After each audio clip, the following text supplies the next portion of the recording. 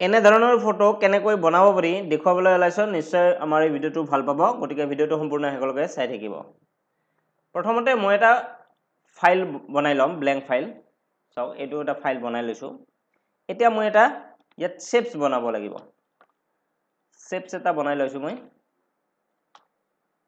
শেপসটোৰ এটা মই কালাৰ দি লৈছো তাৰ পিছত এটা ফটো কাটি মই ইয়ালৈ আনিব লাগিব ধৰক এইটো ফটো কাটিম ইয়াত ম্যাগনেটিক লেসো টুল পাব এই ম্যাগনেটিক লেসো টুলত গৈ আপুনি পটাপট এনেকৈ আপোনাৰ ফটোখনৰ কাখেৰে লৈ গৈ আপুনি এটো সিলেক্ট কৰি লব চাওক মই ফটোখনৰ কাখেৰে পটাপট লৈ গৈছো ম্যাগনেটিক লেসো টুল ব্যৱহাৰ কৰিলে পটাপট কামবিলাক কৰিব পাৰিব আপুনি যেটো আৰম্ভণি মূৰ আছিল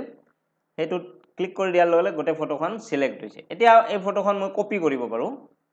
কপি কৰাৰ পিছত এই ফাইলটো লৈ আনিব লাগিব পেস্ট কৰিম ইয়াত কন্ট্ৰোল ভি প্ৰেছ কৰাৰ লগে লগে ইয়াত ফটোখন আহি গৈছে এতিয়া মই মোক যিমান ডাঙৰ লাগে ইয়াত মই বনাই লৈছো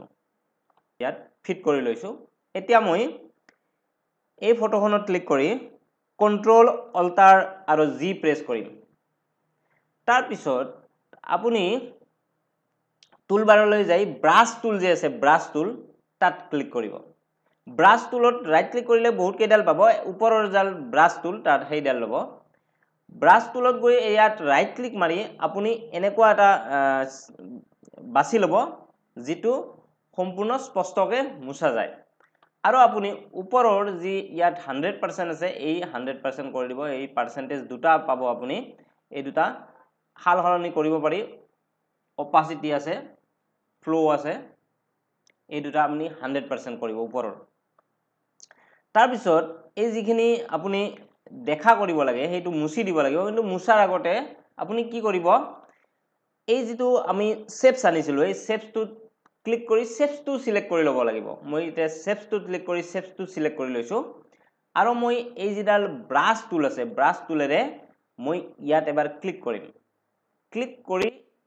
এই অপশনটো আহিব ইয়াত ওকে ক্লিক কৰিব লাগিব ওকে ক্লিক কৰাৰ পিছত এই ব্ৰাছডাল এক্টিভ হ'ব আৰু তেতিয়া আপুনি এনেকৈ যিখিনি মুছিব লগা আছে সেইখিনি আপুনি এনেকৈ সাৱধানত অকমান সাৱধানত এনেকৈ মুছি দিব চাওক নিশ্চয় দেখিলে তে কিমান কম সময়ৰ ভিতৰত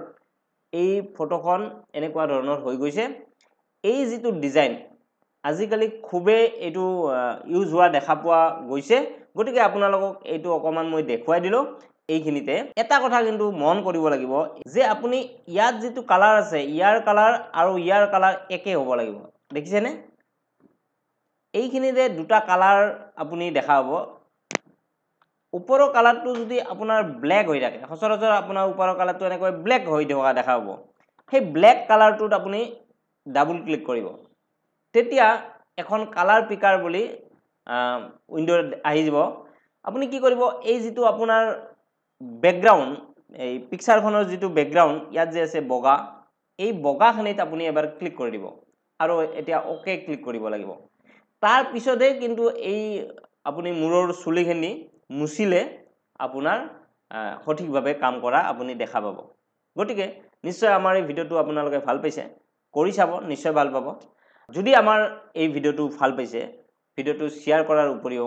লাইক কমেন্ট কৰিবলৈ নাপাহৰিব আৰু যদি আমাৰ চেনেলটো আপুনি এতিয়াও সাবস্ক্ৰাইব কৰা নাই অনুগ্ৰহ কৰি সাবস্ক্ৰাইব কৰিব আজিলৈকে মানে ধন্যবাদ